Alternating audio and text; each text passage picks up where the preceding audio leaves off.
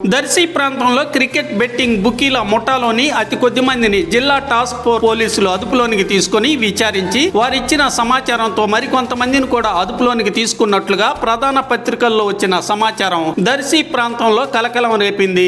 దర్శి ప్రాంతంలో ఎంతో కాలంగా ఎంతో మంది క్రికెట్ బెట్టింగ్ ను నిర్వహిస్తున్నారనే ఆరోపణలు తీవ్రంగా ప్రచారంలో ఉండటంతో జిల్లా ఎస్పీ హర్షవర్ధన్ రాజు బెట్టింగ్ రాయిళ్ల ఆట కట్టించేందుకు పగడ్బందీగా చర్యలు ప్రారంభించినట్లు సమాచారం తెలుస్తుంది. గత కొంతకాలంగా ఎంతో మంది 25 నుంచి 30 ఏళ్ల మధ్య వయసు కలిగిన వివాహిత యువకులు బెట్టింగ్ తో అప్పుల పాలై ఆత్మహత్యలు చేసుకుని భార్యా బిడ్డల్ని దిక్కులేని వారిగా చేశారనే ఆరోపణలు జిల్లా ఎస్పీకి సమాచారం తెలియటంతో ఎస్పీ బెట్టింగ్ బుకీలపై ఉక్కుపాదం మోపినట్లు తెలుస్తుండగా బెట్టింగ్ బుకీలలో భయాందోళన స్టార్ట్ అయినట్లుగా ప్రచారం జరుగుతుంది.